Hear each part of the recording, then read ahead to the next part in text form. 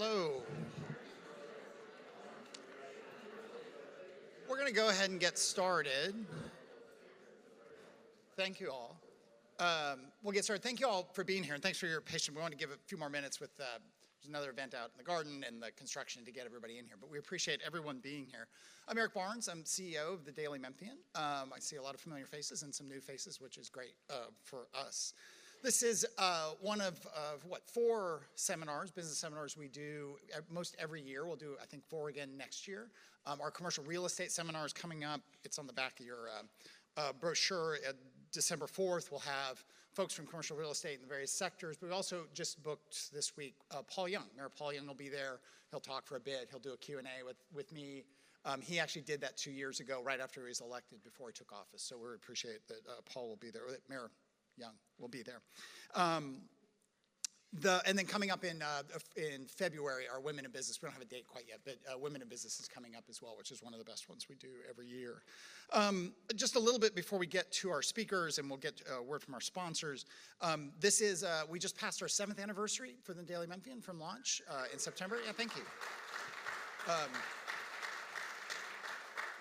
It's been a great thing. Some people have heard me say it, but it always bears repeating that, we launched 7 years ago. We formed 7.5 years ago. And for the folks of us who were working on it, Andy Cates very much, who is our board chair and a friend and co-founder, and me, it's probably been 8.5 years. And in that time, local news just kind of collapsed. And I was just at a conference, and the numbers are even worse about communities around the country losing papers completely. They have what are called ghost papers, where they publish or they put a website up, but there's really no reporter in that town or city.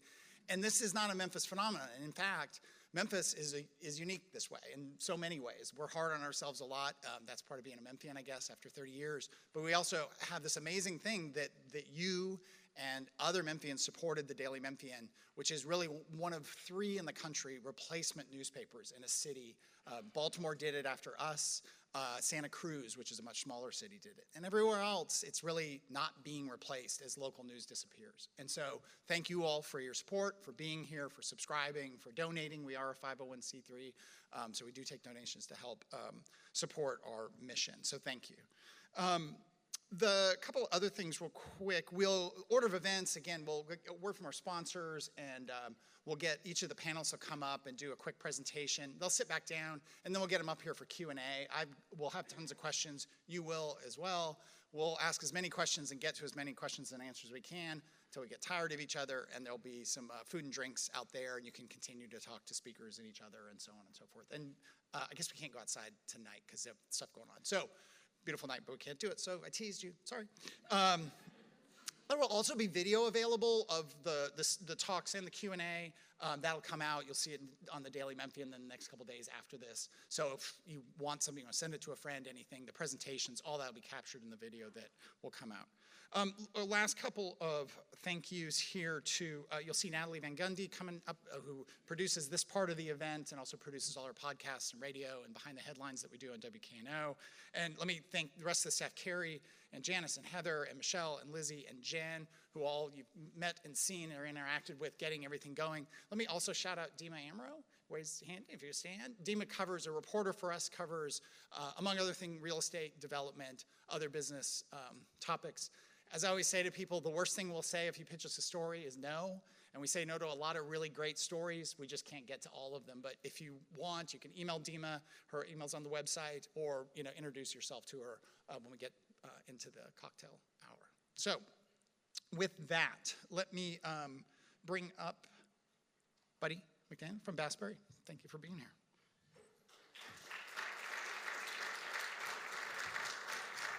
Thanks, Eric. I think Andy from Grace St. Luke's is going to come up here in just a minute and say a word after me.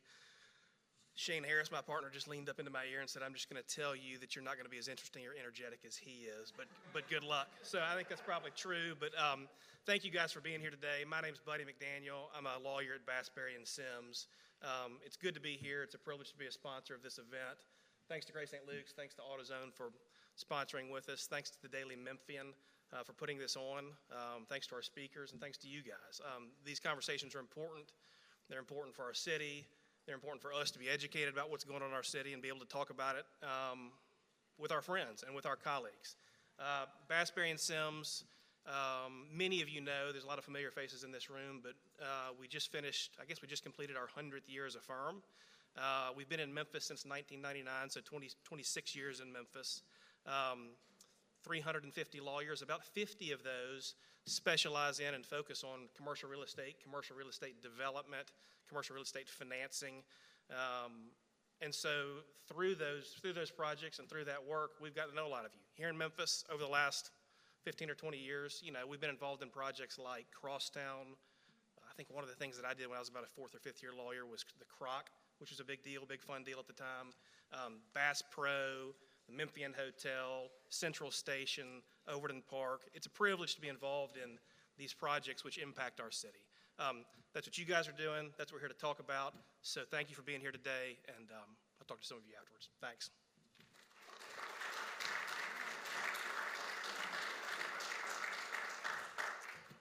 Next up is Andy Serber.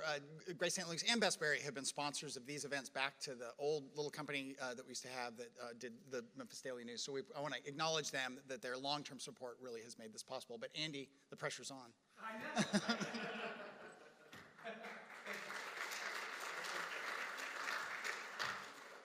Well, thank you very much. There is a little pressure, right? And so I have the best job in the world. My name is Andy Serber. I am head of school at Grace St. Luke's Episcopal School. We're a co-ed school in Midtown Memphis. We're at the corner of Peabody and Belvedere. We've been around for 78 years, and we do really good work with kids. I like to call it transformational. We do a really good job of meeting kids where they are and taking them as far as we possibly can. If possible, I'd like to talk about my morning this morning, if that's okay. So I woke up this morning. I got to school about 7:15. I go to the gate, and a kindergartner runs up and opens the gate for me and says, "Good morning, Dr. Serber," right? And it was so precious. And then I'm like, "Thank you very much." And she says, "Have a great day." And like a kindergarten telling me how to have a great day, how do I not have a great day?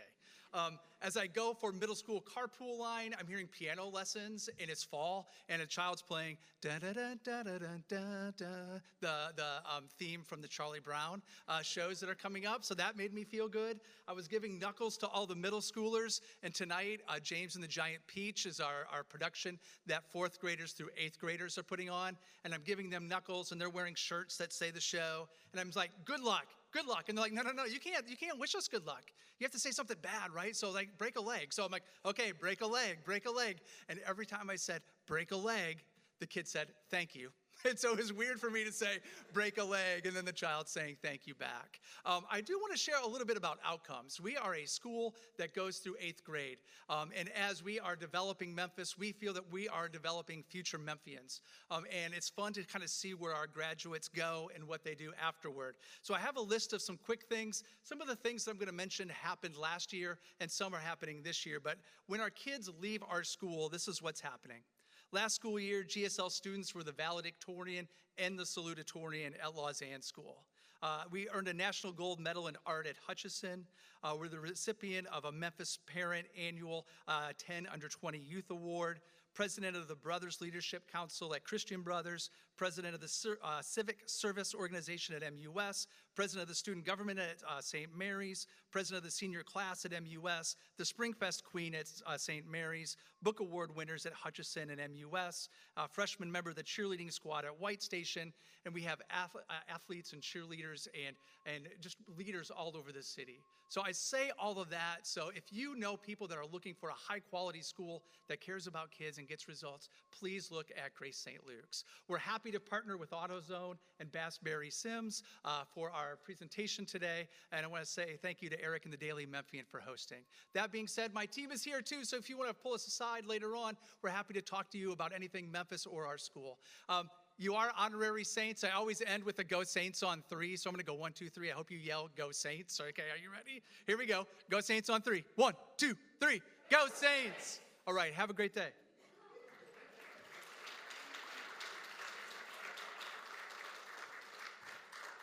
So I'm never supposed to endorse our sponsors, but my kids went to Grace St. Luke's, and it was amazing. It was life-changing. And it is amazing. There are many great schools. And I bought something at AutoZone recently, and Bassberry does a lot of work for Daily Memphian, so there we go.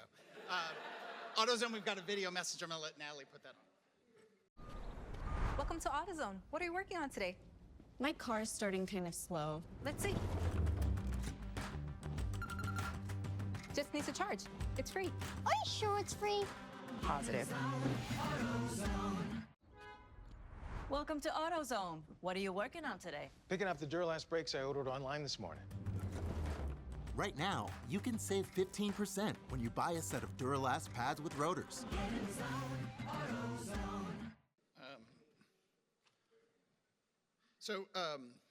First up today is Todd Richardson. Todd is from, what's it called again? No, Crosstown College. So Todd's a friend, and Todd's my neighbor. I've lived in Crosstown for 8 years now, right? Is that possible? I can't believe it. And I love to tell the story, and Todd's heard me say it a million times, but I'm going to tell the story again. So probably 15 years ago, I was at a cocktail party kind of thing. Everybody's nice, everybody's friendly. Somebody says, oh, you got to meet this guy. He's a professor at U of M. And I said, Todd, and we're talking about U of M. And you'd moved back, I think, and you'd been in Amsterdam or something like that. And he goes, well, no, I got this project. And this is the thing, if you're in news, everyone wants to talk to you about a project. And you're like, okay, that's fine. He goes, that big building? The big building was the Sears building? I'm like, uh-huh. And he goes, yeah, we're gonna redevelop that. We're gonna turn it into a whole community. And I'm like, yeah, I'm gonna go get a drink here, and good luck with that idea. That's really good, because you're crazy. And I was wrong, and Todd was right, and it has been a great place to live, so an endorsement there as well. So let's bring up Todd Richardson and talk about Crosstown and a bunch of other things.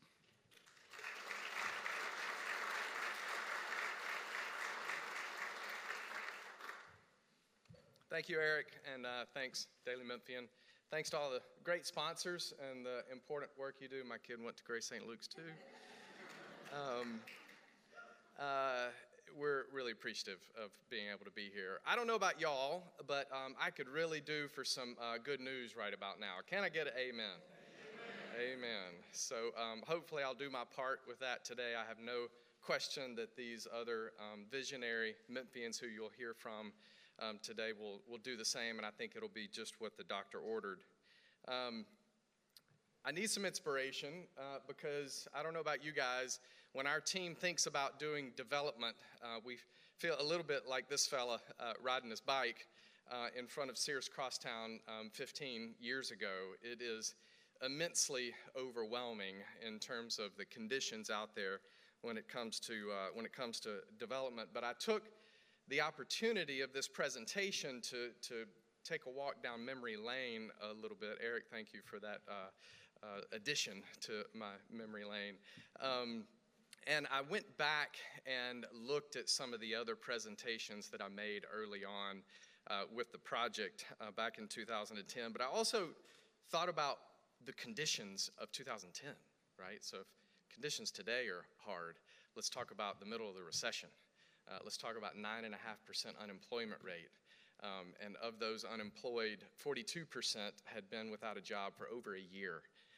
2010, nobody was doing anything. Banks weren't financing, contractors weren't building, and people weren't buying nothing. But it was so bad that in 2014, by the time that we got to the point of getting bids, so 4 years later, contractors agreed to hold their pricing for a year until that time, 2015. So it's, as Eric mentioned, at least it's a good thing that we had someone with such a huge project who was so seasoned and experienced to lead it. For those that don't know, I was a 38-year-old art history professor at the University of Memphis. And thank goodness, we had such a solid plan for development early on. This is an actual slide that I showed in September 2011. And I showed this at it's a group called Lambda Alpha, right? So it's a group of some of the most experienced developers, designers, and contractors in the city. And like a really great neighborhood, rolled up into an immense thriving space, carbonated with the arts, microeconomy. Let's go. We can do this, right? Now, I'm sure this was pretty high-tech 15 years ago, but people say that Crosstown happened because Todd didn't know that it wasn't possible. Exhibit A.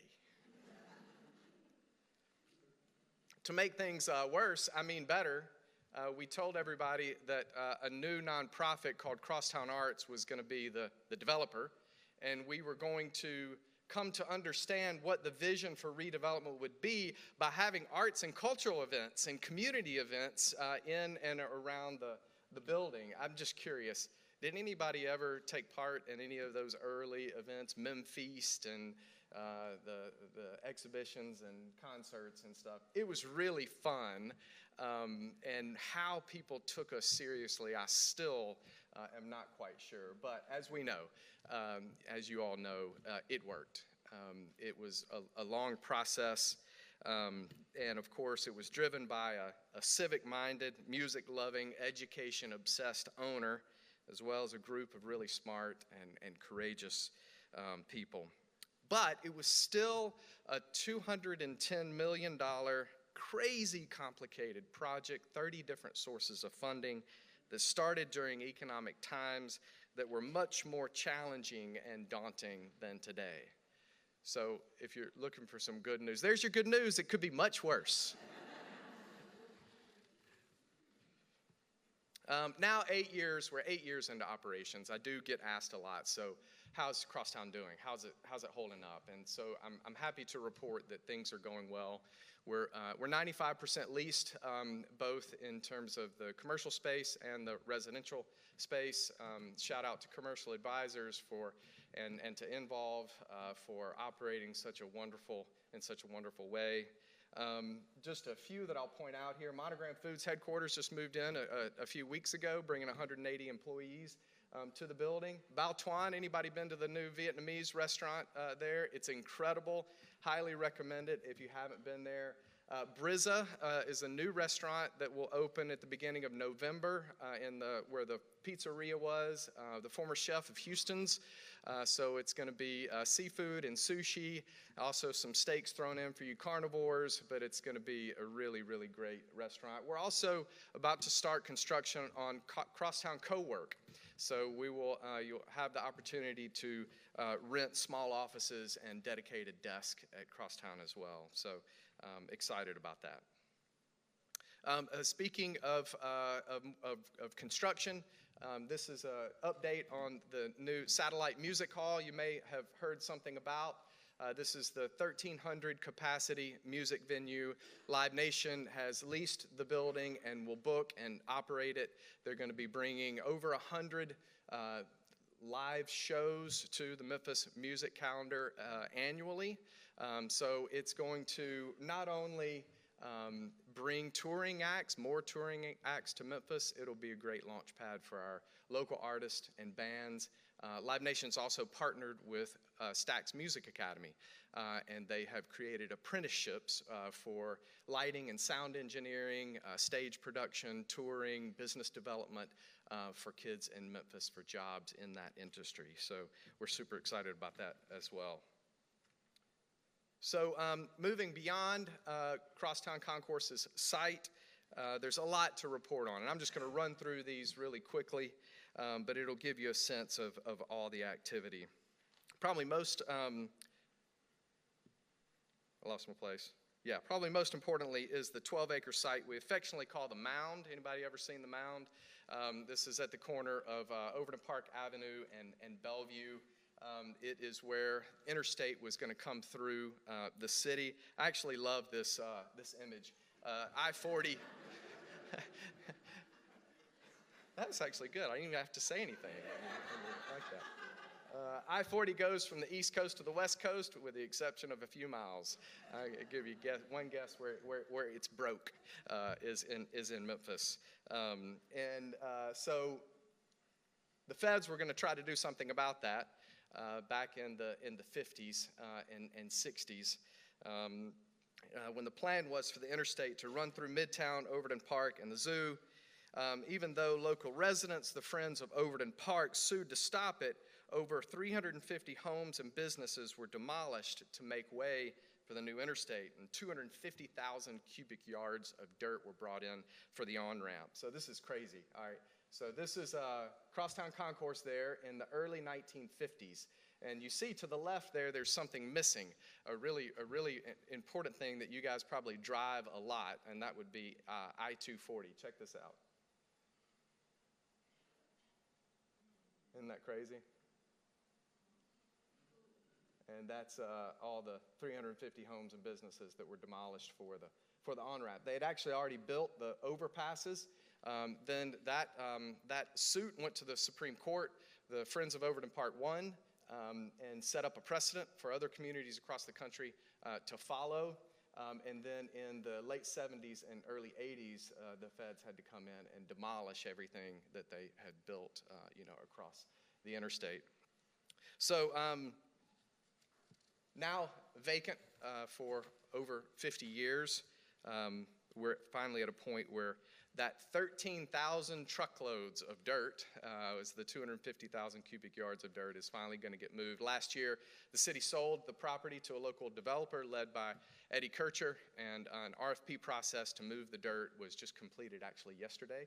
So we're hopeful that that project is going to get off the ground here soon. They're still working on the mix of what it will be, but in concept, it's a mix of single-family homes, townhomes, and multifamily apartments that will bring some much-needed density and re-knit that neighborhood back together. Just one block south of the Mound is a 2.5-acre lot that is a $3.5 million residential infill development led by Scott Kern and KPS Development. I saw Miles Miller here earlier.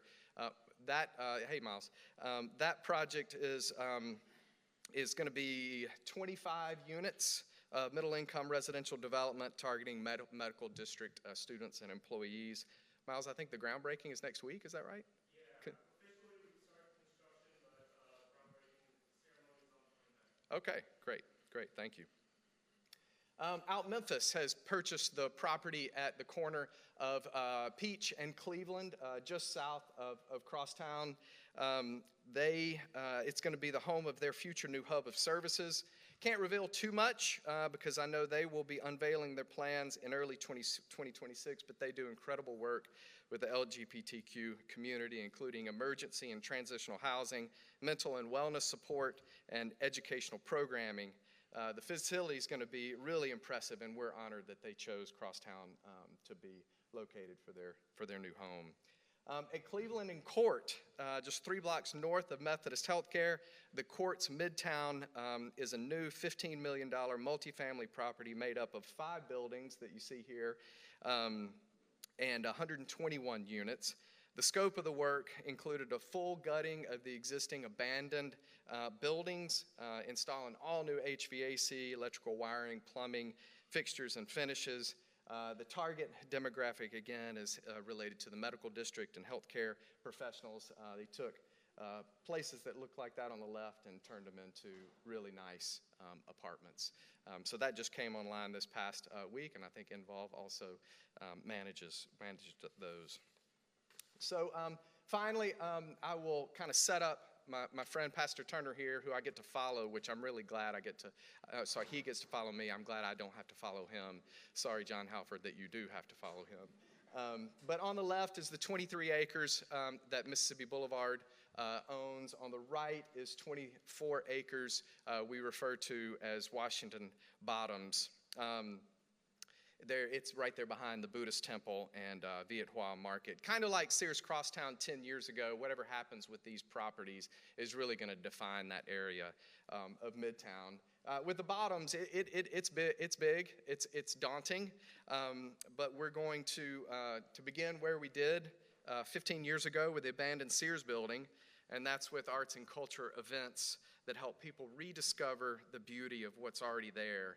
For example, this past Saturday, a sold-out group of about 30 people took a tour of the Buddhist temple. Karina Pham, whose parents moved here in the mid-'70s, about 50 years ago, they started the Viet Hoa Market, built the temple, and so we took a tour of the temple and then had meditation together up on the 2nd floor, and then we went from there to the Viet Hoa Market, where we bought all the ingredients that we then took to the Church Help Teaching Kitchen at Concourse, And a Vietnamese chef taught us a culinary lesson on cooking Vietnamese and what makes it so special.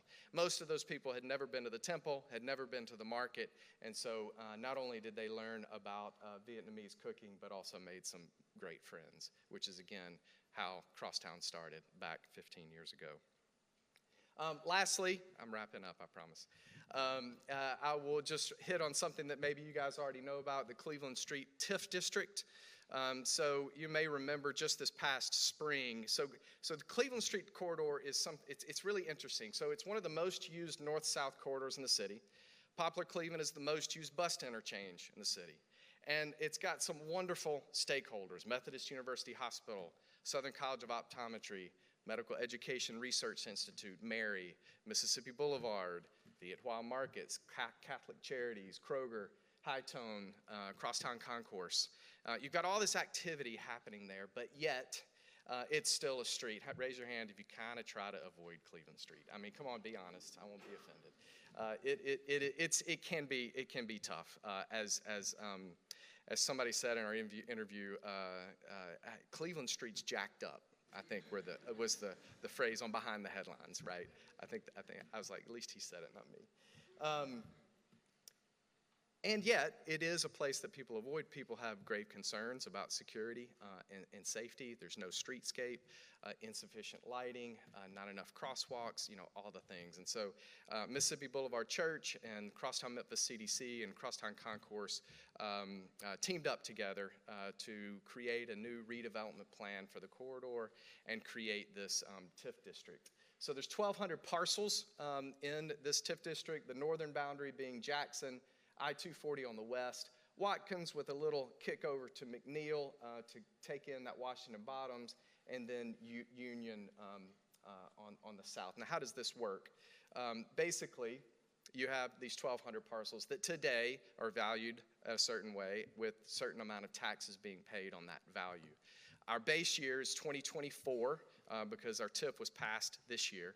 So over the course of the next 30 years, because of all the development that's happening in the area, inevitably the values of those properties go up, and therefore the taxes that are paid on those properties goes up. Now normally, the additional taxes, that increment that you see in light blue, would just go back to the city and be spent anywhere. But because we have a TIF district, it'll go into a TIF fund that will be reinvested into the community. So it's a targeted investment of tax dollars that are reinvested back into the community that created the value. And it all goes towards public infrastructure. Now, you guys all know that when you do a development, inevitably there are public infrastructure upgrades that are necessary. Think utilities and streetscape and sidewalks and sewer and all the things. Those are things that you have to count for in your pro forma. Well, in our district, we can use TIF funds to pay for that, right? Which then helps that math for development to work, and so it can help de-risk development in areas that need it most. And so over the course of the next 30 years, that TIF fund is projected to be $120 million that we will be able to reinvest back into the Cleveland Street corridor.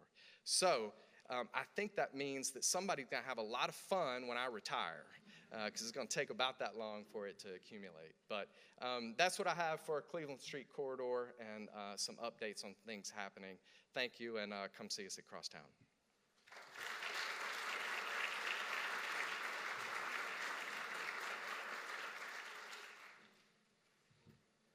Thank you very much. Next up, Reverend Dr. J. Lawrence Turner talking about Mississippi Boulevard Church and the redevelopment. Come on.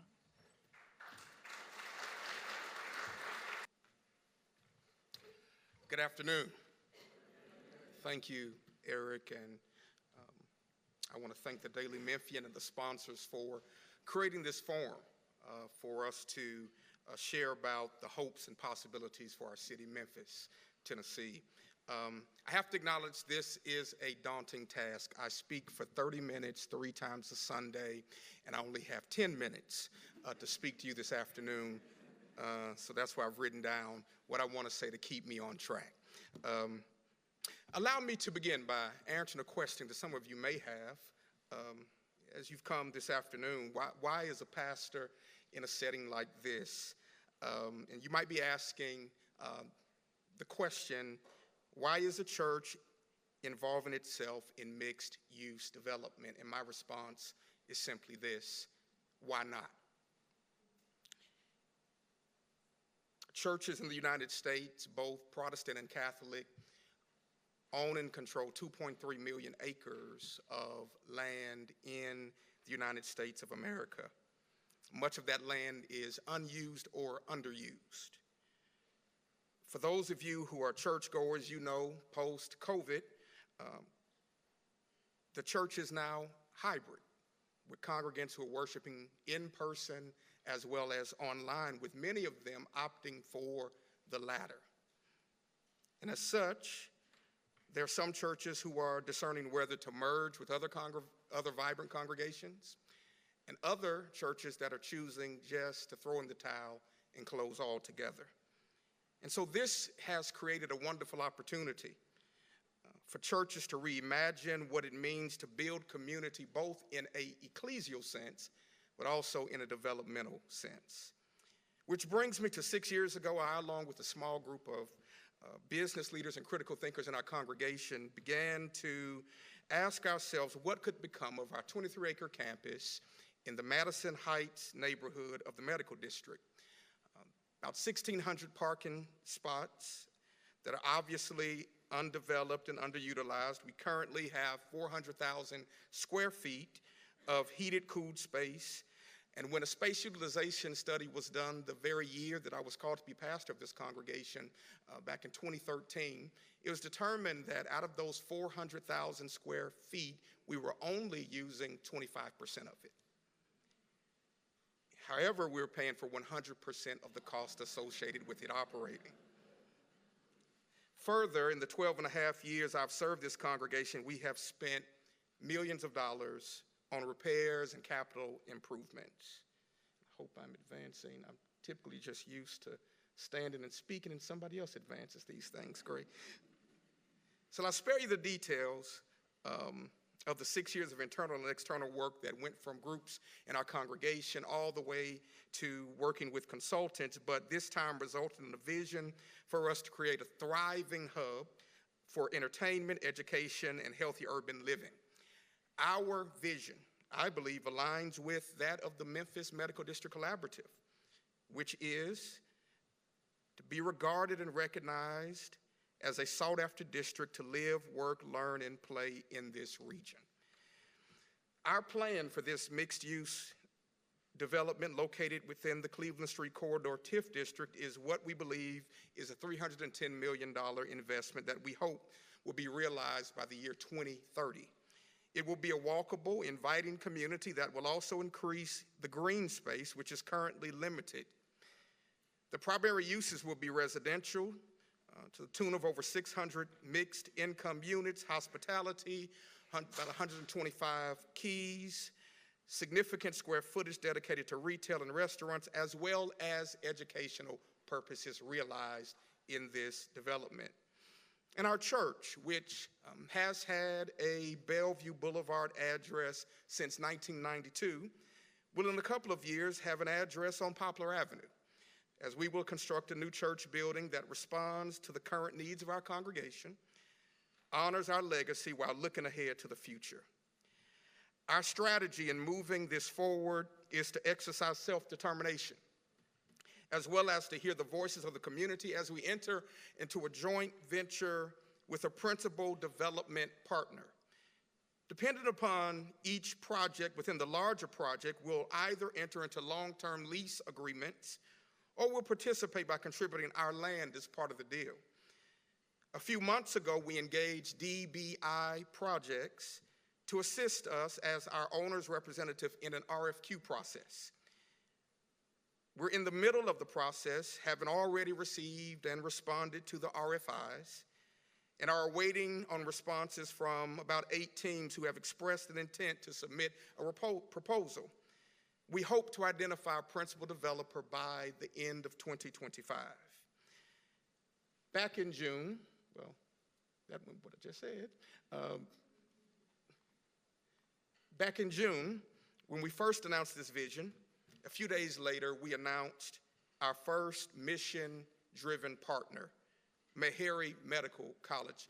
By show of hands, how many of y'all are familiar with Meharry Medical College? Great. Meharry is one of 3 HBCU medical schools in the country, and it is a global academic health science center advancing health equity through innovative research, transformative education, exceptional and compassionate health services, and policy-influenced thought leadership. In our current facility, they have opened their Office of Memphis programs.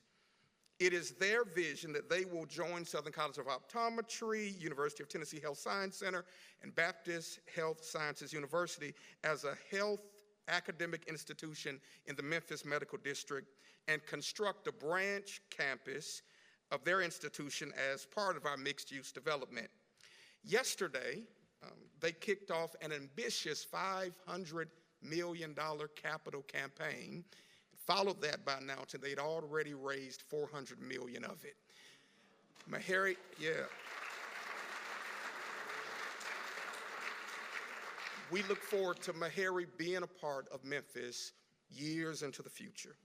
And so I could go on, and I couldn't be more excited about this project and what it means for our congregation and community, but really what it means for Memphis. And so as we say at Mississippi Boulevard, great things are happening at the Boulevard. Come see for yourself. Thank you.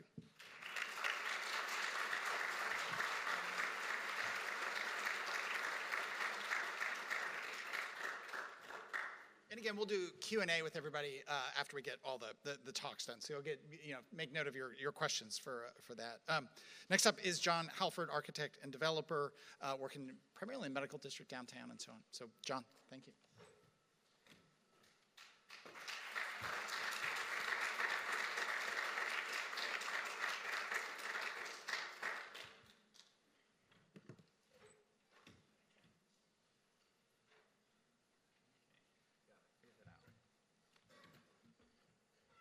Well, hello, my name is John Halford, and when I was talking to Todd and the Reverend Turner, I said something about, well, I'm up against a professor, a pastor, and the CEO of the DMC, and I'm just an architect. And his response, and he said it first, is, well, Todd said, well, at least I'm not behind the Reverend.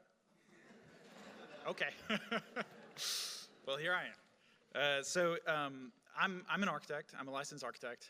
I'm also a real estate developer. About 80% of what we do is architectural services. So the vast majority of what I do, we do for clients.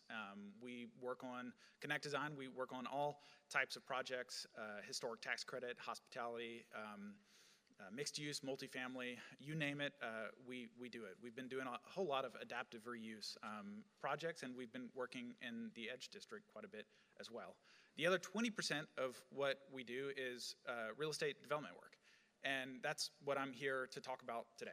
The balance, that 80-20 balance for us is important because it kind of allows us to keep our capacity. We're funded by the architecture work that we do, and that's also an element that makes us unique. So 100% of the profit of the architecture firm is invested into community impact projects, or just a specific type of real estate development that is community forming and focused on our community. So 100%, after we pay our salaries, that gets invested. That extra step for us, it allows us to practice what we preach. We learn so much from that process. It engages us in the community, and it frankly makes us relevant for these types of discussion in the larger development community. So talking today about the work that we're doing in the Edge District. Currently, this is our focus of our real estate development strategy. In recent history, there's kind of been a separation between the design and the economics of real estate development. So at Connect Design, and that's kind of where we got our name, it's bringing together and blending these practices and many other practices into a more holistic approach to design and development. And that makes us better architects, it makes us better developers. And our thesis, and the point of this, this seminar for me, is that our strategy is building old school community. It's kind of a throwback through small, independent, culturally small independent projects. This process is slow, continual, and it's ultimately more adaptive, resilient, and more culturally productive. So for me, this really clicked the first time that I walked into an Etowah Collective dinner. And if you haven't been to one of these dinners, I recommend you go. They're really great experiences. I walked in, I was handed a cocktail by one of the co-founders, Josh Conley, and he would later go on to start Bar Lemona. And so for me, looking back at this, it was kind of an emotional moment. It was hosted at the Ugly Art Gallery at one of our projects there in the Edge District, and I was surrounded by the art. The artist that day was Genevieve, and the menus themselves were pieces of art, and you can see it on the bottom left, that you were able to take home with you as kind of a keepsake. The food was prepared by a nationally renowned chef, and the team was people that I recognized from Hard Times and Kinfolk and even Buster's Butcher, I think. And the wine was prepared and presented by Charlie of Rootstock Wine Merchants.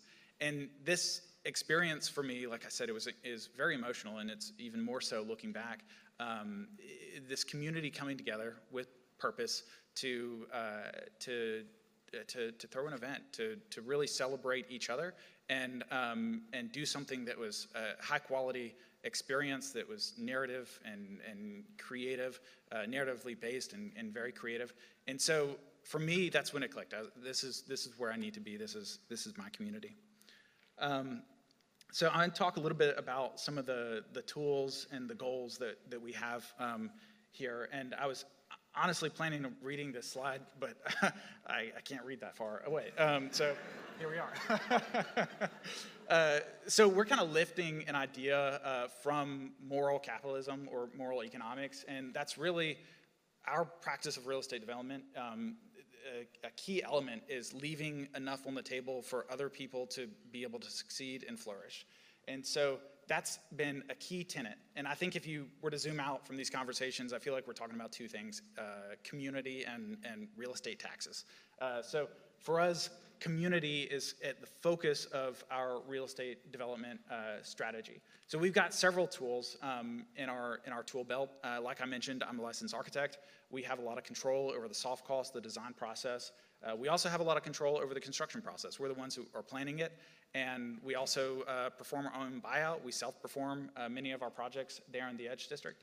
And that gives us equity that we can then reinvest into these projects. And that brings me back up to point number one. It's important that we just don't run away with that. So the rates that we set those based on what we know these businesses can afford. So, you know, when we're thinking about everything that I do over the course of a week and the effort that we put into these development projects, we really have to be in tune with the businesses and how they operate and their business plans.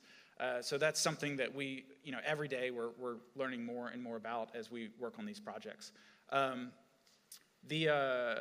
see, I think I might have some notes here that I can help you guys out with.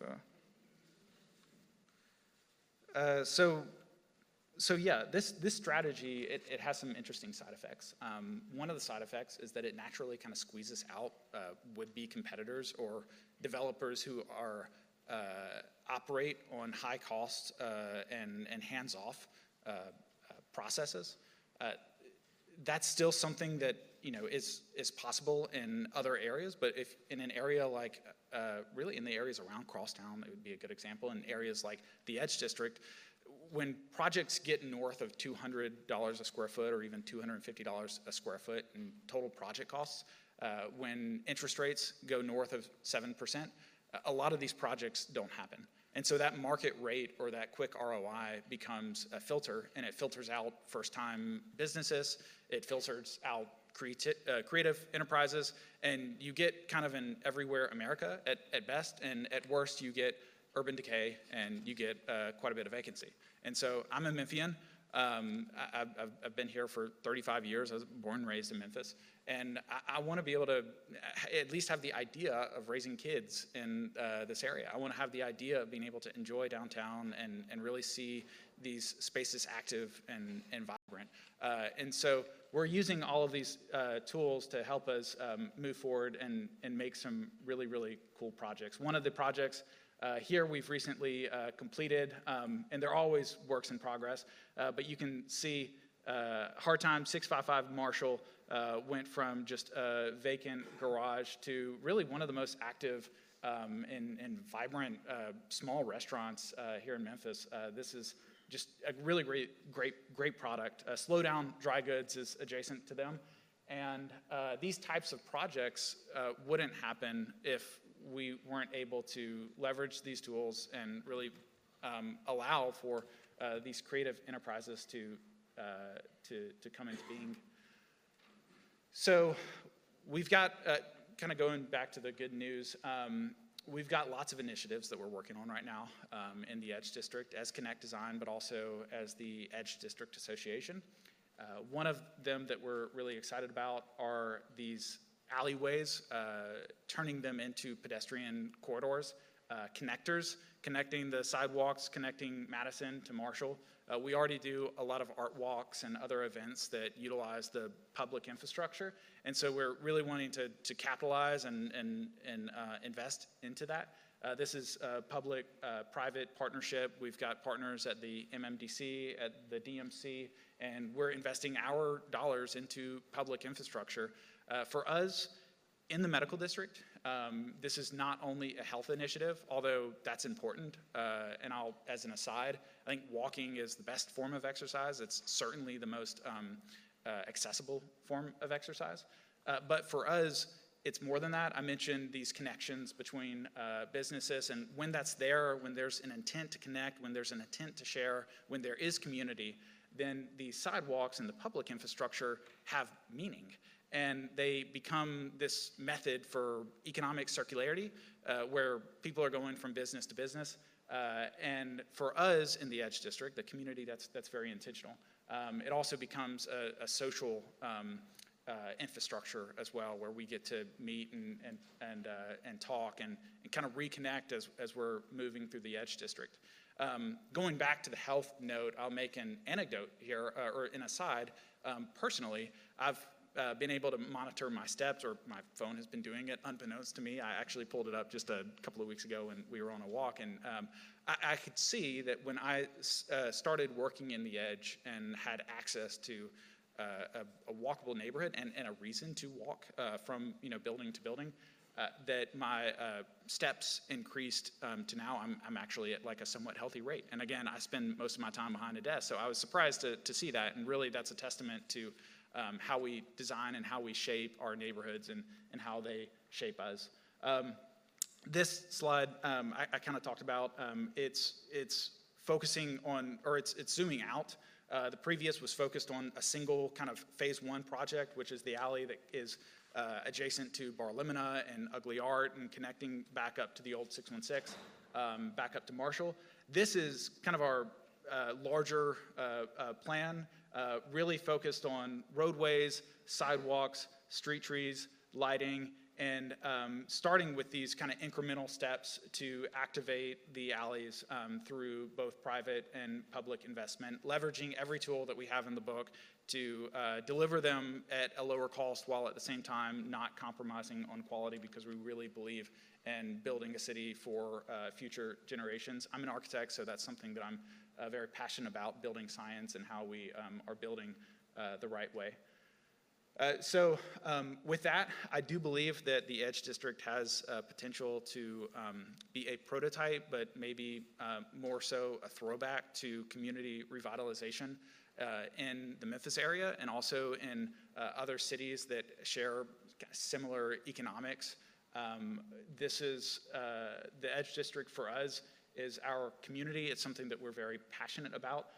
We see that from building each other up, there's a lot of mutual benefit, and I want to encourage all of you not only to visit the Edge, but really to kind of think about what that means for you, community and building your own community. I'm fortunate. I don't speak ever, and I am able to build my community mostly behind my desk. And so that's what that looks like for me. It's very comfortable for me to be able to do that. So what does that look like for you? And with that, I'll see you on the edge. Thank you.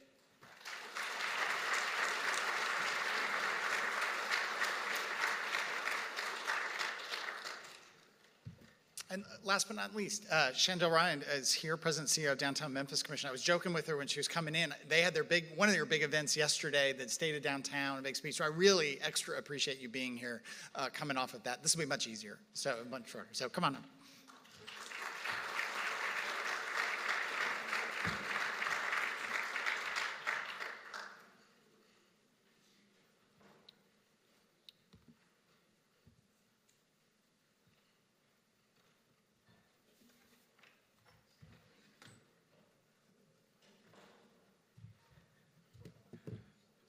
All right, good afternoon, everybody.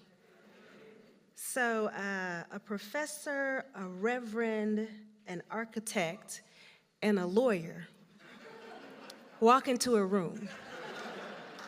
Sounds like the makings of an excellent joke that I can't follow up with anything, though. But I want to thank Bass, Berry, and Sims, and I want to thank AutoZone for having headquarters in downtown.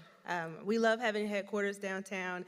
We love having your beautiful faces downtown. I want to invite you to come back downtown over and over and really explore some new things that we have happening. So I will jump right in. I really believe that developing downtowns start right there at the bottom. If we don't have a good foundation, if we don't have core services like keeping the neighborhood clean, keeping the neighborhood green, keeping it safe, then there's not much that would attract people, developers to invest in our neighborhood. So part of what we do at DMC to spur investment is just a core work of keeping downtown clean. I want to talk just quickly about, how many of you were at the State of Downtown? No shade, no, I'm not going to judge you if you didn't make it. Okay, next year, we'll see you next year. Some of these slides are familiar from yesterday, but just to talk about some of the things that we focused in on when I first joined the team about a year ago, we wanted to work really hard and intentionally on our foundation. So we looked at our pilot policy and decided that we needed to make a change there, and we did that. We helped the city open the Downtown Command Center. We also brought on a team called Block by Block, and they help us to keep our downtown streets clean. They planted over 3,500 flowers just over this last week, and they are also answering calls inside of that command center. We have dispatchers inside that help to relieve pressure from police officers dealing with things like aggressive panhandling or things that will divide the attention of MPD. And we're doing this because it's important that the foundation is right. This is a part of the equipment that we use to perform the work of keeping downtown clean and green. So when we have all of those things working together and when we have alignment with our city government, we are coordinated. We can respond. We're not scattered in how we are responding to issues, but we are able to hum along in an engine that keeps downtown just a vibrant city, a vibrant downtown, and keeps it a place where people want to come back to over and over again, because with intention, it shows that people care about the neighborhood. And if we care about it, then others feel safe or safer in investing in it. I'm going to talk just a little bit about our structure. At DMC, we have 5 boards. Yes, 1, 2, 3, 4, and 5. And I have one of my board chairs here. Yes, Michelle, thank you for being here. She's the chair of our design review board. But all of these work together to bring about tools needed to support development in downtown. So our Center City Revenue Finance Corporation, that is like a bank. That's where we issue our pilot tool. In our Downtown Mobility Authority, we manage several garages downtown on behalf of the city. We also have our DMC board, which is our overarching board that oversees the work that we do every day. Our CCDC board, or Center City Development Corporation, we issue grants out of that board, like facade grants or tenant improvement grants that help with these smaller projects that make neighborhoods special. And also our design review board that I spoke about, where they're looking at whether the design of projects that are being brought through an incentive, does it meet our codes? All supported by the DMC staff. Just so you know where we're located, the colored area, that is our Central Business Improvement District. Some people wonder what that is. I think this group you probably all know. It's sort of like an HOA for a downtown, a place where you go to get things done and try to get it done a bit quicker. We work with the city, we work with our stakeholders, we work with a lot of different individuals to ensure that we have good core services and a well-functioning downtown overall. And then you see that shaded area, that is the core city. We can give incentives inside of that entire area, the colored area and the shaded area. In fact, many of the projects you heard today either received a pilot or some sort of grant that helped to bring it about. Now, it helped to have really dedicated developers who were really interested in creating special spaces. But that is the work that we do, and that's what we're here for. And I just want to say we'll be talking to you, because I know with your multifamily project, there are going to be tools that you need. So we're looking forward to working with you in the future. So our CCDC development, CCDC grants, they really help bring about real dollars and real investment. I wanted to show this slide. I've got a couple of them because it shows that the incentive tools work. $2 million of incentives brings about almost $9 million of investment. That is real change for our community. This is in 2024, just last year, just under $1 million. And a return of $11 million for that kind of investment is significant. And this is 2025 year-to-date. As of May, we're seeing just under $400,000 of incentive, bringing about $2 million of investment. I share this information because we have tools that are available, but we really need more tools, because adaptive reuse is very hard. It's just difficult. Construction costs, very high. And also just competition in the market in other cities, it is really fierce. Cities across the nation, downtowns across the nation, they are finding different tools to help developers in times like this where, you know, you've got all of these post-pandemic issues that make it really difficult to be a developer right now. And we want to work on that. Just for a second, I want to talk about our pilot tool, because people don't understand that whenever we issue a pilot tool, that our taxes, our residential taxes always go up. Our real estate taxes, they always go up whenever we issue a pilot. And this breaks that out very clearly. The orange bar is what the individual or the property paid before receiving the pilot, and then the red bar is what it paid after. Always goes up. Here's just an example of one project. The tax dollars went from $10,000 a year to $33,000 after the pilot was issued. and look at what we were able to get in that empty, vacant space, a beautiful new development that was brought about. And this is Tennessee Brewery. This is one that is right down near the river. It was a property that had been vacant for years, and we had an opportunity to issue a pilot there, and they started off paying $18,000 a year. After the pilot, in 2024, they're paying $117,000. So with pilots, taxes always go up. If you could take anything away from what I'm saying today, take that away with you. And we have several projects in downtown that would be really catalytic for us, and we need to see them move. So I put this picture here of the Sheraton because you all know that it took something really special for us to do to get movement on the Sheraton. The city got involved.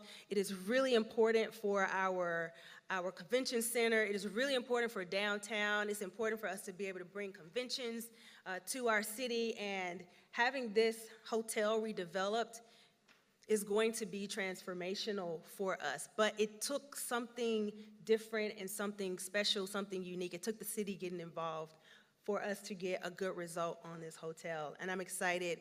In the coming days, we'll see more movement on it, but I'm really excited that we had that sort of intervention, because otherwise it would not have been a good story.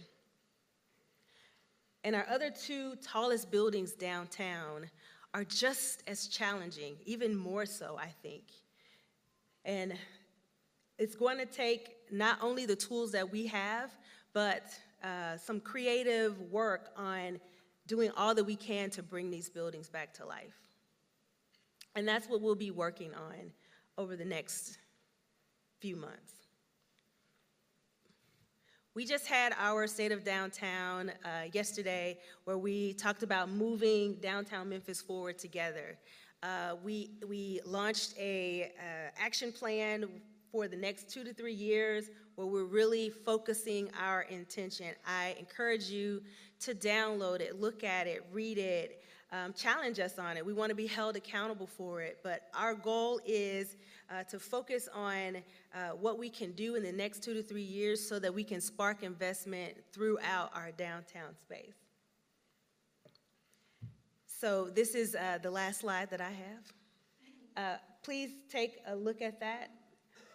If you pull out your phone, you can download the action plan and see what we have available. I also will share with you on our website coming soon will be our State of Downtown Spotlight Report that kind of talks about a little bit about where we are as a downtown and how we're performing. More information about that will be coming out later this year. Thank you for having me.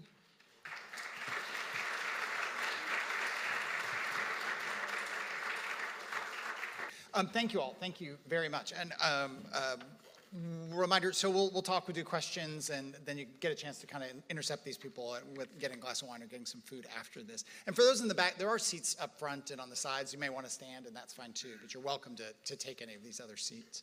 I was really struck listening to everybody and the kind of, when we talk about developing Memphis, these are really like micro street by street, sidewalk by sidewalk. And so just because, again, I live in Crosstown, people will ask me about what it's like to live in Crosstown, and they'll say, where do you park? And I'll say, well, I park in that big garage. And I go, isn't it like kind of weird? And then you walk over, and I'm like, yeah, that's part of the fun. Like, it's really like, and they'll say, well, then some people know there's actually secret parking under the building. And I've never really wanted to be in there. I've thought about it, because I want to be up in the weirdness. And actually, Todd, we went and walked through the weirdness, and he was walking around going, it's really weird out. There's all these things out here in the garage. But that to me is what, like, everything you guys are talking about is like making block by block, sidewalk by sidewalk things. I will say one more thing before I do a question, which is that I was in downtown for the Grizzlies last night. Amazing game. It was incredible. And I'm downtown all the time. And whatever people think about downtown, does it have some tough spots? Sure it does. But it's great. And that's one more endorsement from me today, is that downtown is great. There are just all these great little pockets. And it is not if you haven't been down there in a while, it's not what you think. Yeah. And I'll also say that every downtown in America, I travel a ton, got hit really, really hard. I was just in Phoenix, and it was borderline scary. It was very weird. And I've never felt that way in downtown Memphis, really. So there's just, I just want to say that these projects which are so difficult, and then we're hard on ourselves, and we're so hard on ourselves that we should take a break and celebrate all these great things that are happening. I want to start with John, I guess maybe because you're right here. One thing you talked about, and maybe just kind of boiling down some of the economics you talked about, is some of it boil down to accepting a lower profit margin? And did I misread that? Did I simplify what you're saying? Because it's fascinating what you're doing, and your projects are amazing. Some I've been to, some I haven't, some I want to, all that. But when you talk about how you do this in a different way, some of it, have you seen the car I drive? Maybe that's what I don't know. Yeah, we have to accept lower profit margins sometimes. But no, I wouldn't say that's at all the goal.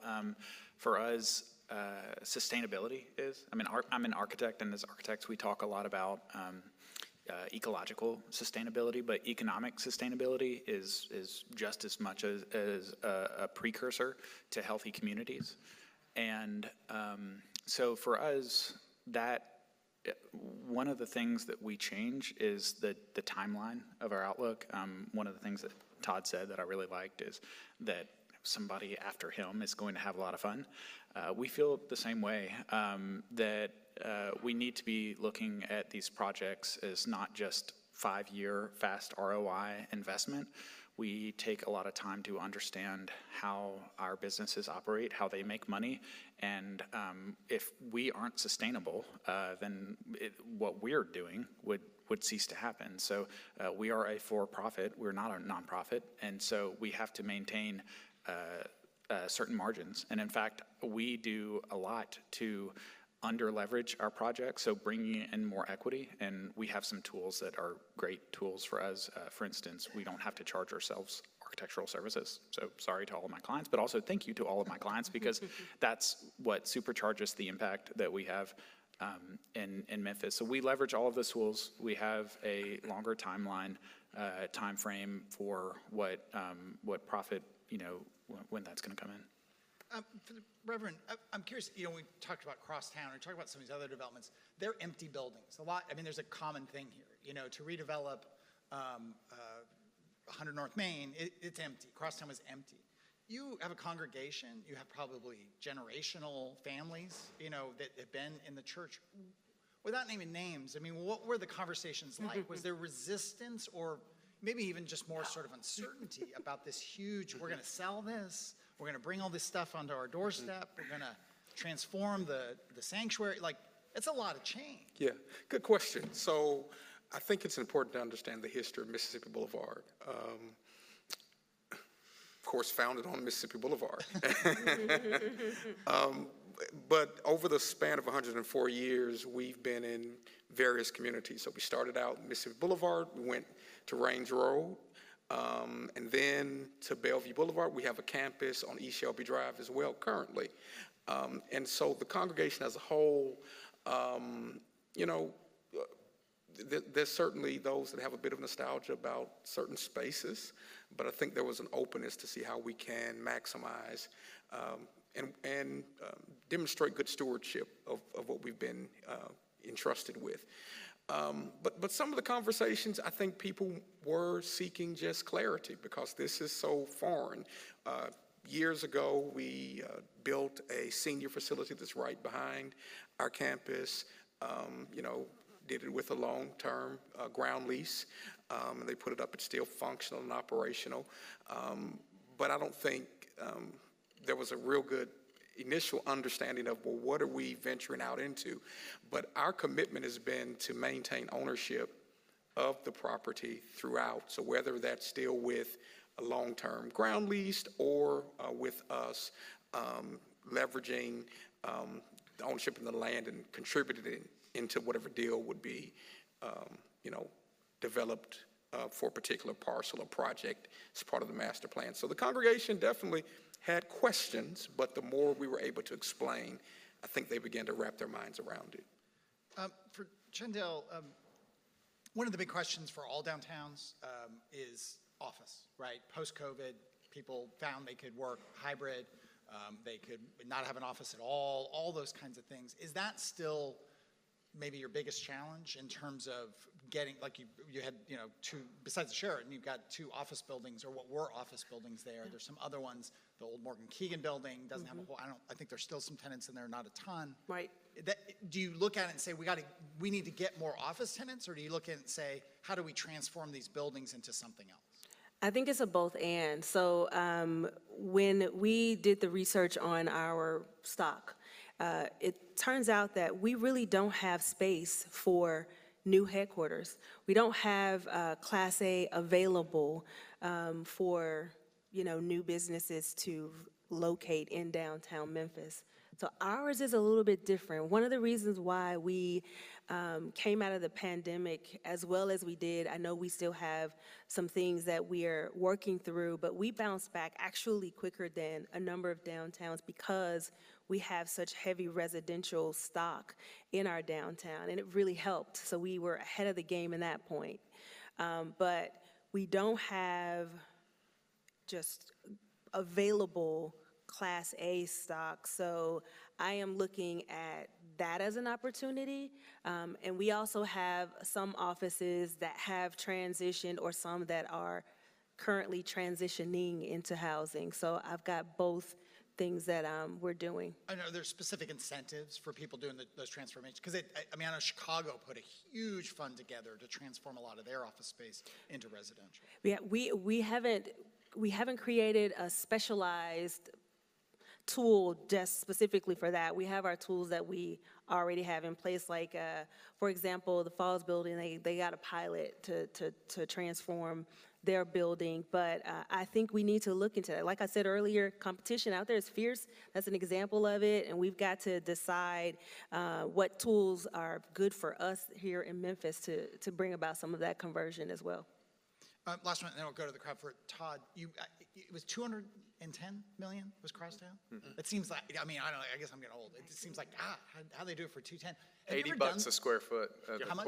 It was, we renovated at $80 a square foot, the core and shell at $80 a square foot. What would it be now? Yeah, the people who know, they're like, oh, don't even ask. But it would never happen today. I mean, the cost, you can't charge enough rent to pay for the cost. I mean, it'd be over 400 million, easy. Yeah. Today. Questions from the crowd here? Yeah, right back there. First of all, thank you guys all for your leadership and the initiatives that you guys are all embarking on. These are large-scale projects, and even with what John's doing in the Edge District, these are millions of dollars, what amount to millions of dollars in development and activity, right? I imagine us all as partners, as citizens of Memphis, and so for you guys, what can we as citizens, individuals, professionals do to help you guys help achieve your dreams? I guess make this vision of Memphis as a better city a reality. I have a very short, quick response, which is just be curious. Be curious about going to a Buddhist temple and seeing it for the first time, and going to Viet Hoa Market and walking around and not knowing half of what you see and learning about it, and all the things that, a lot of things that John's doing. A lot of people have never been to the Edge and eaten at the Great Gem restaurant or shopped at Rootstock Wine, gone to the art galleries, Sheet Cake and others. Just be curious, because the work is hard, and it's in areas that were once vibrant, that over time, for various reasons, are disinvested, and that have really just kind of fallen off the mental map of most Memphians, out of the habit of mind, right, of going to these places. And so as these opportunities come up, I'm sure the Boulevard is going to be doing events and programming over the next couple of years. Show up, be curious, talk about it with your friends, bring your friends, and that means more than you know, in terms of recognizing what people want and then helping us create the vision for, not just us individually, but the teams, to create the vision for what can be. That's a perfect answer. I would add, and post on your socials all of the great, wonderful things that you visit. Like, If you have great food, post it. We need more great stories in Memphis. We really do. And we need you to come out, and we need you to bring people, and we need for you to speak positively about Memphis. Other questions? Right up here. Yeah. Piggyback on that, beyond individuals, I am a small business owner in the Crosstown corridor, and it's an awesome place to live and awesome to hear all of this. But for my constituents, it's getting harder and harder for people to have discretionary funds to come with. I run a gym for restaurants, shopping, all of these things. It feels like we need to live higher, and that's where I'm a real happy premise for small business owners who all are doing grassroots. What advice do you have for us to try to tap into some of these bigger financial resources? I can tell you that with the TIF fund, for example, the great thing about going through the CRA is we're able to carve out parts of the TIF fund for people who have been in the neighborhood, whether you've been living in the neighborhood or running a business. So the next step with that is a community advisory committee will be formed, half of which has to be either you live or own or run a business in the neighborhood. And so in the future, when increment is in the fund, folks will apply to be able to use it. That will then get evaluated by the Community Advisory Committee. They will then make a recommendation on how it's funded. But you can carve out so that, right, so the increment comes from higher taxes, right? So if you've lived in the neighborhood and you want to stay in the neighborhood, you can apply for those funds to help pay that higher tax of increment. And that's just one example of some other things. Think facade enhancement grants and other things. So that is one really great tool of the TIF fund that can be used. I'll add to that as somebody who doesn't work on a lot of $400 million projects. We work with a lot of small business owners, and I would recommend that, like, selfishly, get involved with other businesses, cross-promotion. Chandell mentioned promoting and posting on your social medias, and being able to cross-promote and work with other businesses. That can be an initiative that you take. For smaller projects, we don't really have access to historic tax credits or pilots, or really once you get below a threshold of about $2 million, those new market tax credits, you're not going to be doing that. But there are a lot of other incentives. So for those of you who are in the medical district, the MMDC is a great resource. For those of you who are in the downtown district, the Downtown Memphis Commission, sometimes those overlap. There's also the EDGE, Economic Development Growth Engine Board. We've seen a lot of success from working with those public entities as partners for small businesses and for small projects. Other question right back there. Yeah. My name is Gloria Walker, and I want to pose a question to you. What are you doing for South Memphis? It's a low socioeconomic, depressed community. Is anyone here from the Office of Planning and Development for Shelby County? Is there a representative? Okay.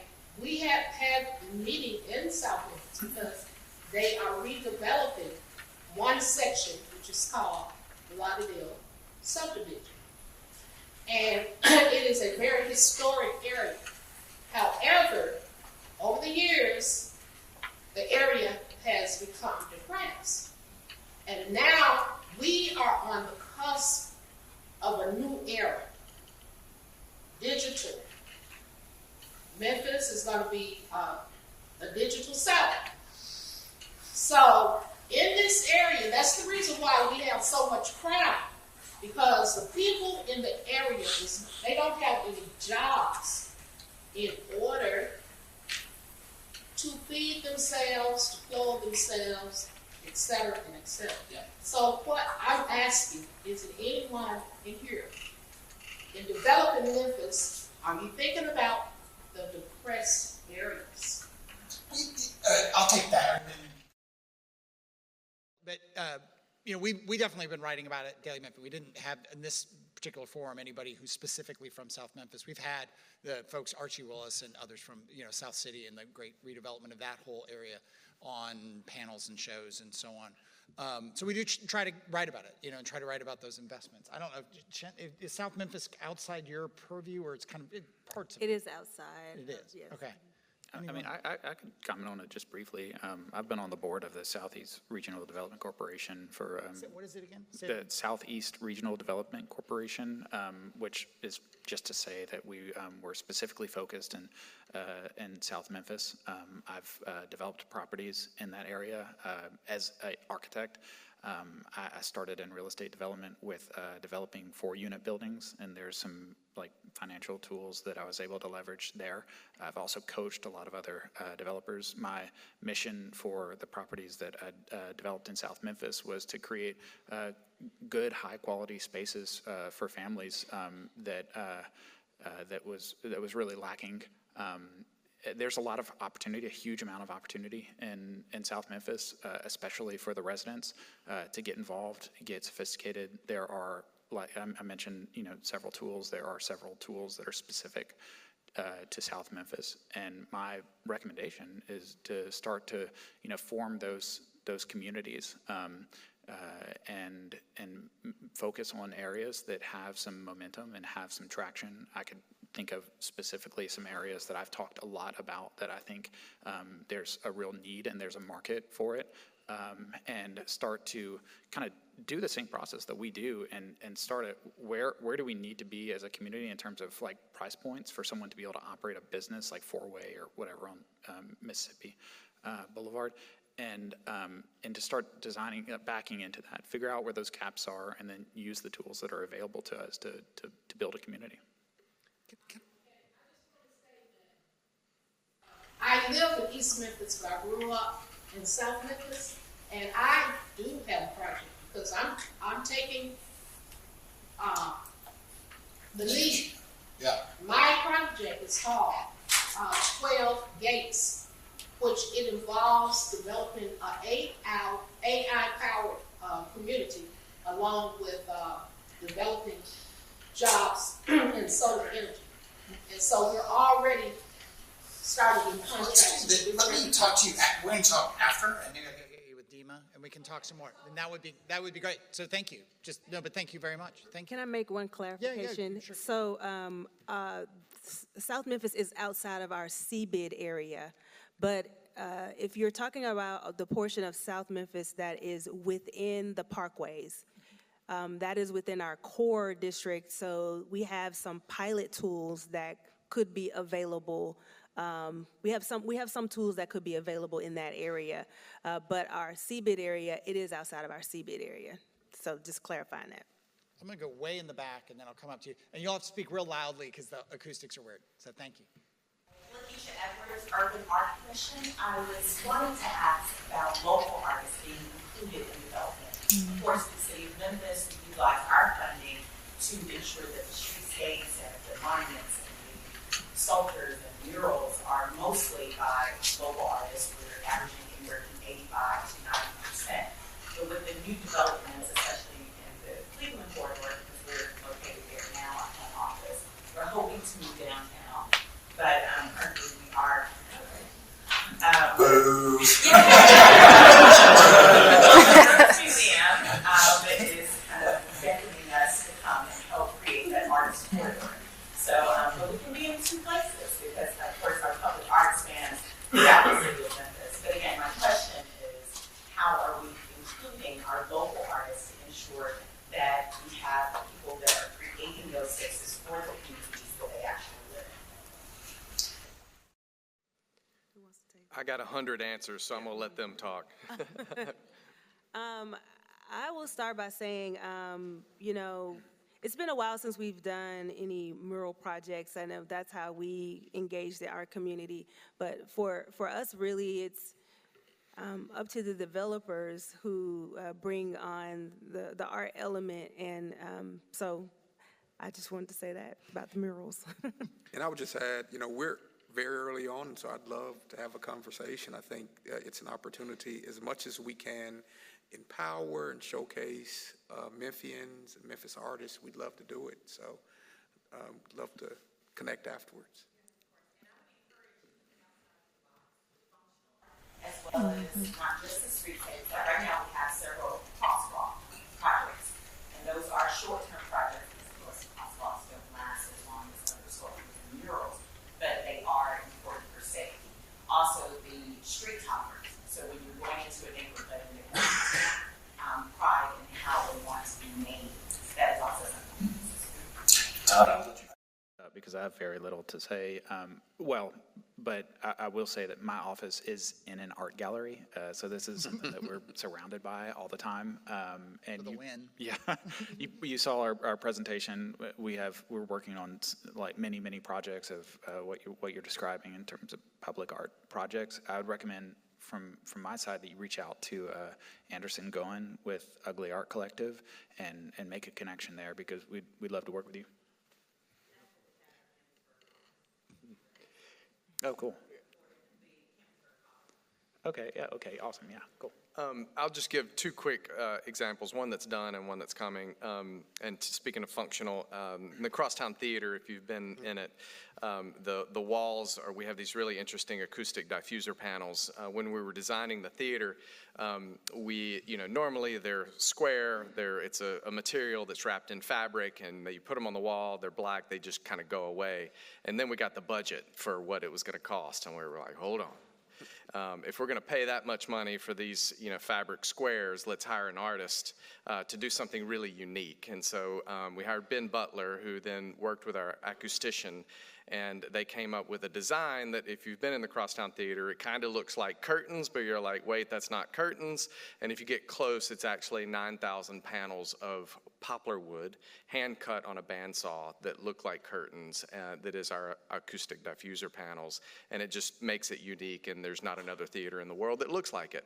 And then just real quick, with the Mound project, I mentioned the group, the Friends of Overton Park, who sued the federal government to stop the interstate coming through, went all the way to the Supreme Court, and they won and stopped it, which was huge. There is no monument, or there is no anything to memorialize that story. So one component of the mound will be Citizens Park, and within that little park there will be an installation, hopefully in collaboration with you guys, that will honor the history of that, of what happened. One more I'll add. I went to dinner in Overton Square recently, and I mean, when did Loeb redevelop that? It was 10 plus years ago or something. And when you walk around in there, I remember interviewing Bob Loeb at the time, and he said, yeah, we kind of went nuts on the art. And I think most, if not all of it, is local artists. And it really does make that whole, what could have been and was a different developer wanted to turn it into a shopping center. Instead, it's really like a genuine place with this art that really does connect kind of the way you're doing. And I don't know what it is, it's 10 plus years later, and it feels incredibly natural. But you right there, yeah, we'll go to you with a question. Probably to Mr. Ryan, what are your thoughts on the proposal to move 201 out of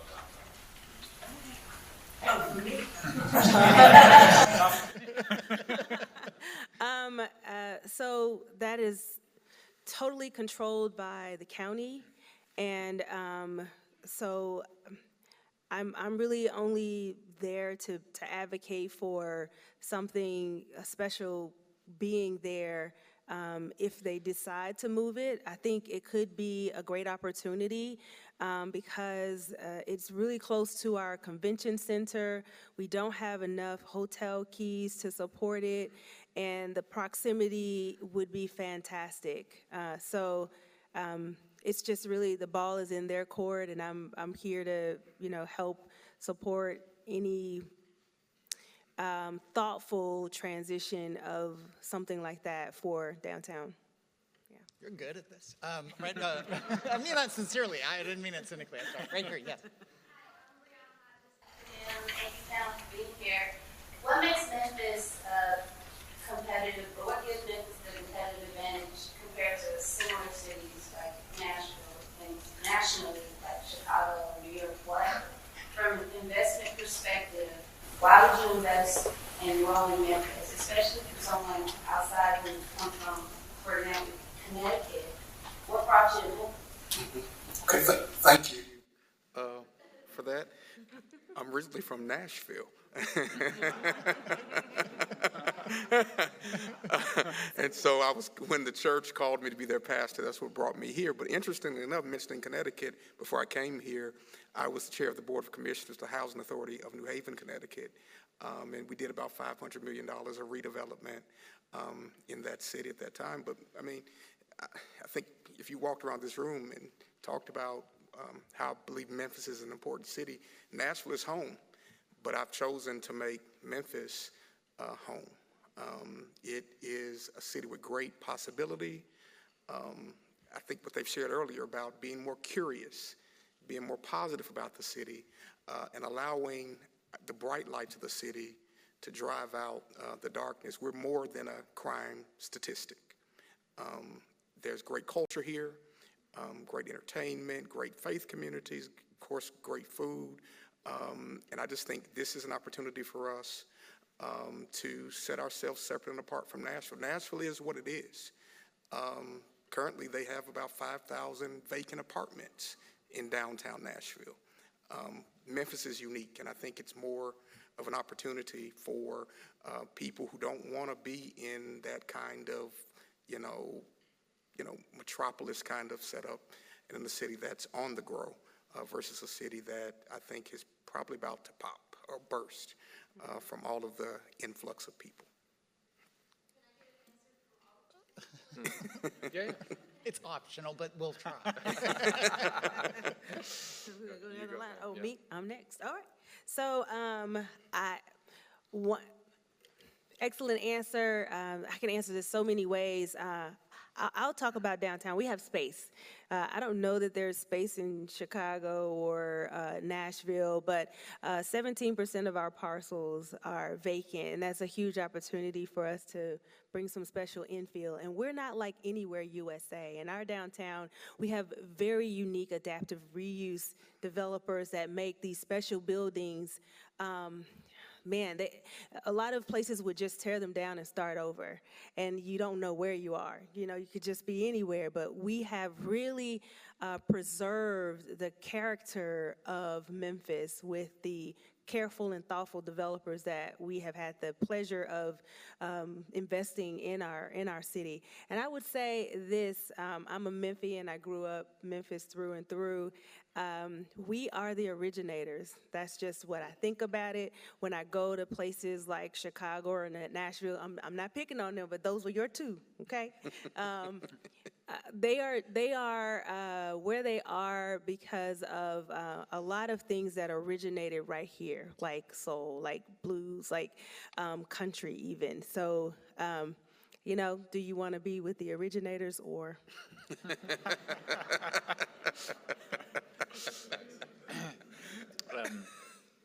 Okay, so I'll go. I think that I'm mirroring what has been said. There's so much opportunity here in Memphis. That was one of the big drawing points for me.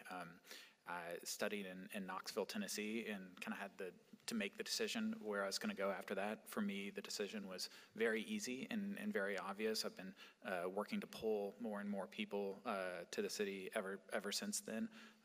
I came to Memphis because I knew that in Memphis, you're always, they say like 1 degree away from,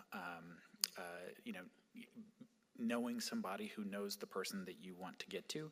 And in Memphis, if you roll up your sleeves and you get to work, it really honestly makes an impact very quickly. And that's a huge opportunity. I think that we're saying that, no one wants to hear about vacancy, and we do want to grow our city and we want to move forward. And I think that there's a big opportunity for us, to be a part of that here. And I've, loved Memphis, and I feel like I've been loved back by it. So I think that would be hard to find, especially for me. I think that'd be hard to find in a city that it has a different makeup than Memphis. Memphis is unique. I totally agree. given for a young person like yourself in the context of this seminar, you can talk about the music and the food and the river and all of the ways that Memphis has been originators and innovators over the course of the last decades. But at the end of the day, for someone like you, it is about opportunity. John could not do, maybe you could, but he couldn't do what he does here today in Nashville, where he's doing it, right, in the edge, less than, not even a mile and a half from downtown. You've been doing it for how many years? I've been an architect for 12, practicing, but really in the Edge District, almost all of the growth has been just over the last 3 years. 3 years, but how old are you? Sorry. Okay, I'm 35. 35. It's been kind of hard on me tonight. Well, I'm just saying, 32 years old, and he's developing some of the most important projects. I'm 35. In the city. I know, but 32. At 30 years ago. Okay. 3 years ago. I was a freaking art history professor at 38 years old when we started Crosstown Concourse. If you have good ideas and you have drive and you want to put yourself into something, people are going to support you to do it, and there is going to be an opportunity in the core of the city for you to do it. That's not going to happen in Nashville. That's not going to happen in Chicago or any of the others. So opportunity. I'm going to add one thing on that, because I've been picking on Phoenix, and we all like to pick on Nashville, and I was just in Chicago too. And one thing is, people start talking about redevelopment in these downtown and downtown adjacent areas. One of the failures, and it's the clear failure for me of Nashville, which has many great neighborhoods and many great people, I don't mean that, but their downtown is a downtown for people who don't live in Nashville. Mm-hmm. And that's really what Phoenix is. It's got a massive convention center, it's got a big football stadium, it's got an arena, it's got another arena, it's got all these generic national chains, and there's no one there, and there's no identity. And there's even parts of, Chicago's amazing, but there are parts of Chicago that are a little that way, where it doesn't feel like you're in Chicago, you're in this place, you're a tourist, and everyone around you a tourist, and you're part of the problem. But I do hope that as we figure out the way to be the best Memphis we can be, versus some facsimile of these other cities that sort of pursued whatever was the popular thing of the day. There are parts of downtown, I grew up outside Seattle, a very similar thing happened in Seattle that really, a lot of that gritty, kind of grungy stuff really disappeared from Seattle, and it's very sad. So we got time for one. I'm going to skip you. I'm going to do this person up here, right? I'm going to do this person right here. Thank you. I'm sorry. Yes, thank you so much. Thank you. Todd, as you were doing the presentation, and I was texting Karina, I was like, oh, that event to the temple event looked really cool. And she said, are you coming tonight? So there's actually another one at the Crosstown Concourse and the theater area at 6. So if anyone is interested in mindful living and meditation, and my tip for you guys, because I used to live in Seattle too, so I actually see how the city changed, right? And my question to you guys is, as we're doing development, right, of those areas, do you see the demographic and social economic of people, right, at the area change throughout time? And what do you think the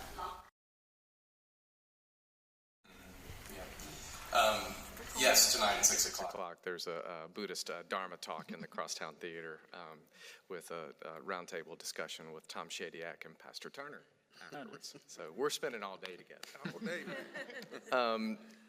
In Crosstown, we've seen the neighborhood diversify, but that's been really mainly result of more density.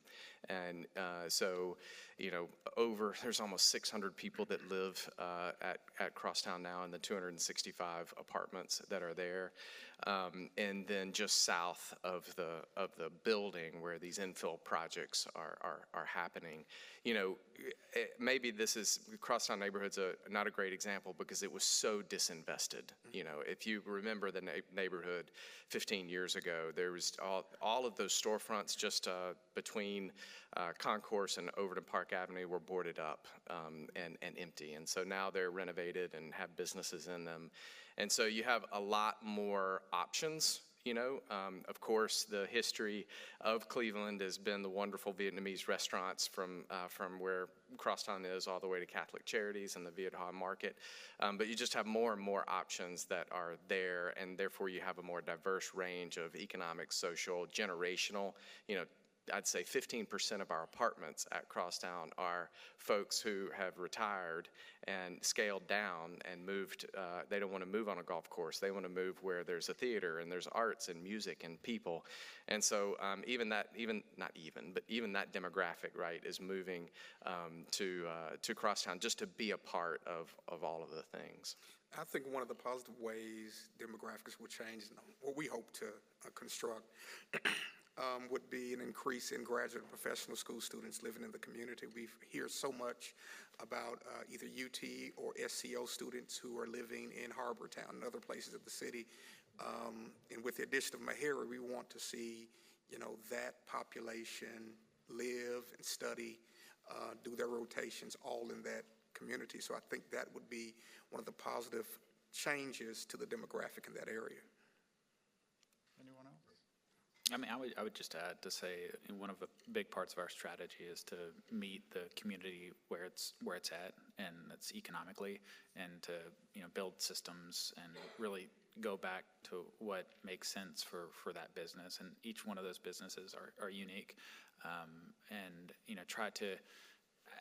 I wouldn't say we're trying to maintain any kind of socioeconomic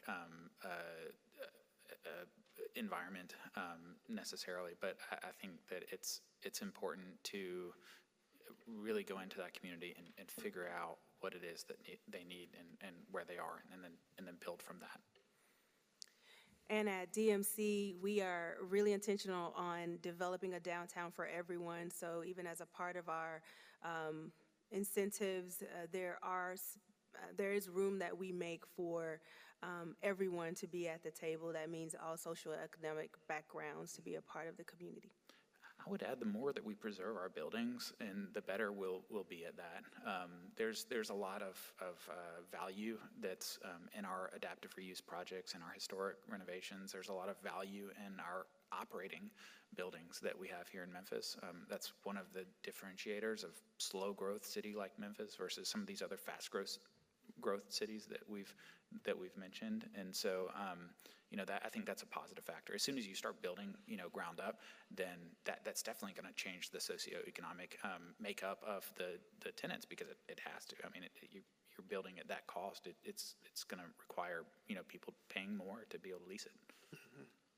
We're going to leave it there, but you can still ask questions of these folks.